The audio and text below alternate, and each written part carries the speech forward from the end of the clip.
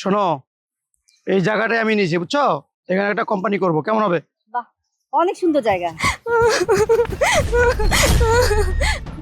মা বাবা তোমরা? এই শালি দাঁড়া। শালি, এই তুই এখানে কি করতেছো? আমার নামে বিচার দিতেছো? শালি, তোর এত বড় সাহস! তুমি আর আমাকে মাইরো না, আমার আর সহ্য হচ্ছে না তোমার মাইর। তো সহ্য হচ্ছে না? চল আমার সাথে, চল চল বলতেছি, চল। যাবো না। যাবি না তুই? হ্যাঁ যাবি না? আয় আয় আয় বলতেছি, আয় আমি যাবো আয়। না। তুই যাবি না? তো কত বড় সাহস! আমাদের মেয়েকে কিভাবে অমানুষের মতো অত্যাচার করতেছে, তুমি দাঁড়া থাকবা, কিছু বলো না।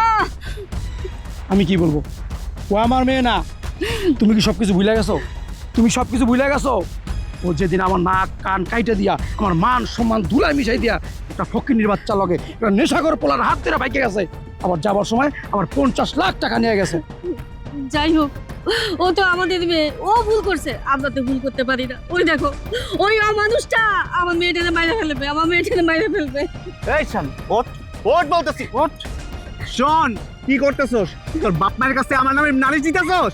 নালিশ দিয়ে আমার কিচ্ছু করতে পারবি না। আমার 50 লাখ টাকা লাগবে, যেমনি হোক 50 লাখ টাকা তুই আমার আয়না দিবি, বুঝছস? দেখো, আমি কোথা থেকে এতগুলি টাকা পাবো? আমার বাপ মা এখনো তোমার আর আমার সম্পর্ক মাইনা নেয় নাই। আর তোমাকে যখন বিয়ে করি তখন কতগুলো টাকা আমি আমার বাপের কাছে না পয়লা নিয়ে আসছি, তোমাকে দিয়েছি। এখন আমি কোথায় পাবো? এই চুপ! একটা কথা বলবি না। আমার মুখের উপরে তর্ক করস? আমি তোর বলছি না, আমার 50 লাখ টাকা লাগবে, তো লাগবেই। তুই কোত্থেকে আয়না দিবি সেটা দেখার বিষয় আমার না। তোরে কি আমি এমনি এমনি ভালোবাসা বিয়ে করছি নাকি? এমনি এমনি বিয়ে করছি? আমি ইচ্ছা করে যাই না বুঝা তোর মতো বড় লোকের মাইরে বিয়ে করছি, যাতে আমি টাকা হাতাইতে পারি। টাকা টাকা, আমার শুধু টাকা লাগবে। আমি টাকা ছাড়া কিচ্ছু বুঝি না। আমি যদি টাকা না পাই তাহলে কিন্তু এই বালুর মধ্যে তোর আমি জীবিত পুঁতে ফেলাই তুমি কয়ে দিলাম। দেখো, তোমাকে আমি ভালোবাসা বিয়ে করছি, তুমি আমাকে প্রত্যেক নিয়ত মারো। আমি বারবার কোথা থেকে তোমাকে টাকা এনে দিব? এই টাকাগুলো নিয়ে তুমি শুধু নেশা করতে যাও। দেখো, আমি আর কোথায় পাবো টাকা? তুমি আমাকে আর মাইরো না, আমার আর সহ্য হইতেছে না। কি করলি শালি? তোর টাকা নিয়ে আমি নেশা করি? এই শালি, এই তোর এত বড় বড় কথা তো আমি শুনতে চাই নাই। তুই আমার যেভাবে হোক 50 লাখ টাকা এনে দিবি, তা না হলে তোর এই বাপের জমিতে আমি তোর জীবিত কবর দিব। তুমি কি এখনো চুপচাপ দাঁড়া থাকবা? আমার মেয়ে তো মেরে ফেলতেছে, ওই বদমাশটা আমার মেয়ে মেরে ফেলতেছে। তুমি কিছু বলো, কিছু করো। মাইরে ফেলাও, পরে মাইরে ফেলাও। ও আমার মেয়ে না, ও আমার মেয়ে হইলে আমার মান সম্মান ডুবাই দিয়া একটা হিরুঞ্চির হাত ধইরা ভাইগে যাইতে পারতো না, ভাইগে যাইতে পারতো না। মাইরে ভালো করে তোরে এখানে আমি পিসা মাইরে ফেলাম। শোন, টাকার জন্য আমি তোরে এখানে জীবিত কবরও দিতে পারবো, বুঝতে পারছস? যেমনি হোক আমার টাকা লাগবে। টাকা না হলে কিন্তু আমি তোর একদম খুন করে ফেলাম, কই দিলাম। ওঠ ওঠ ওঠ করতেছি, ওঠ। এই তুই যেমনে পারস তোর বাপ মায়ের কাছ থেকে আমারে 50 লাখ টাকা না দে। এই টাকা না হলে আমি যে তোরে কি করবো তুই বুঝতেও পারতেছিস না। তুমি আমাকে মারো, কাটো, যাই করো না কেন, আমি তোমাকে আর 1 টাকা এনে দিতে পারবো না। প্রয়োজন হলে তুমি আমাকে ডিভোর্স দিয়ে দাও। এই কি কইছস? এই তুই কি কইছস? আমি তোরে ডিভোর্স দিয়ে দিব? আমি তোর ডিভোর্স দিব না। তুই হচ্ছিস আমার সোনার ডিম পাড়া হাঁস।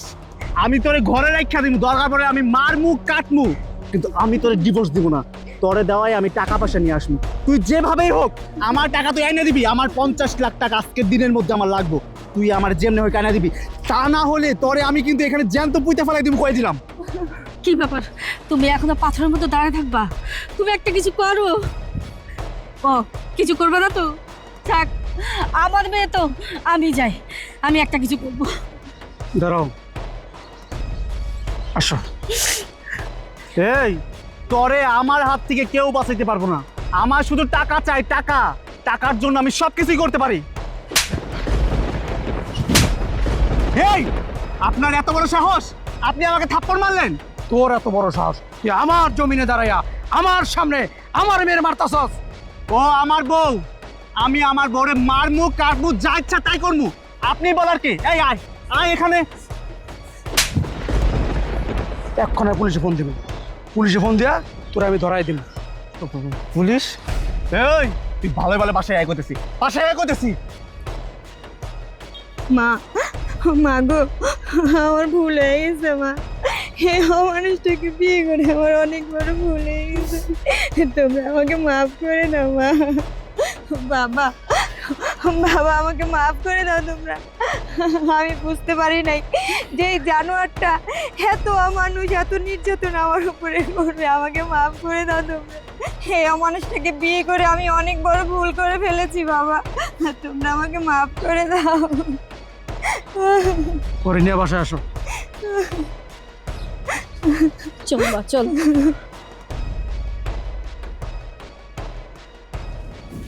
আমি বারবার বলছিলাম, আমার কথা শুনে নাই। দেখছো তোমার মেয়ের কি অবস্থা, কি পরিবেশে থাকে, চেয়ার অবস্থা কি, আর এর চেয়ে ভালো পরিবেশে থাকে আমার বাড়ির কাজের লোকেরা।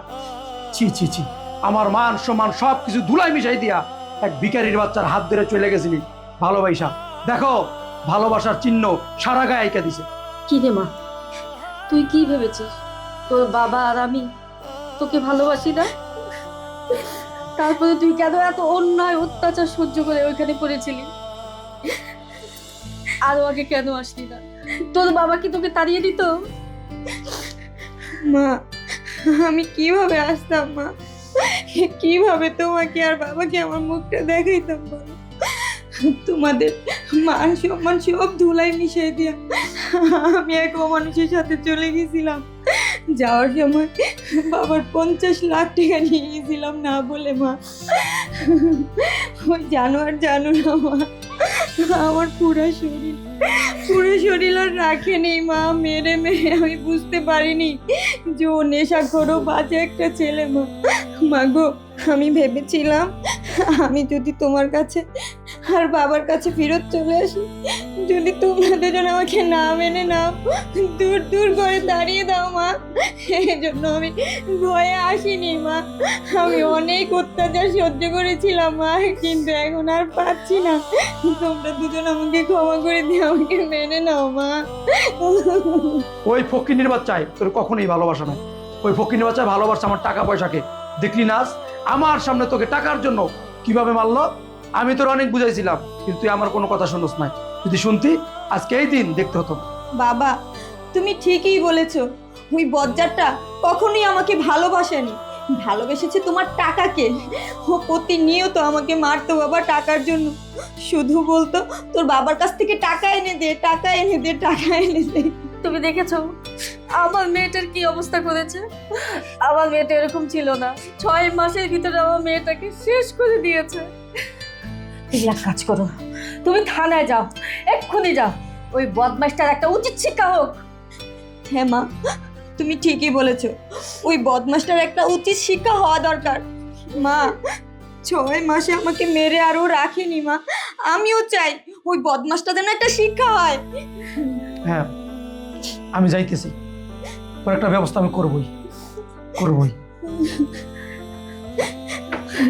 চল মা, ঘরের ভিতরে।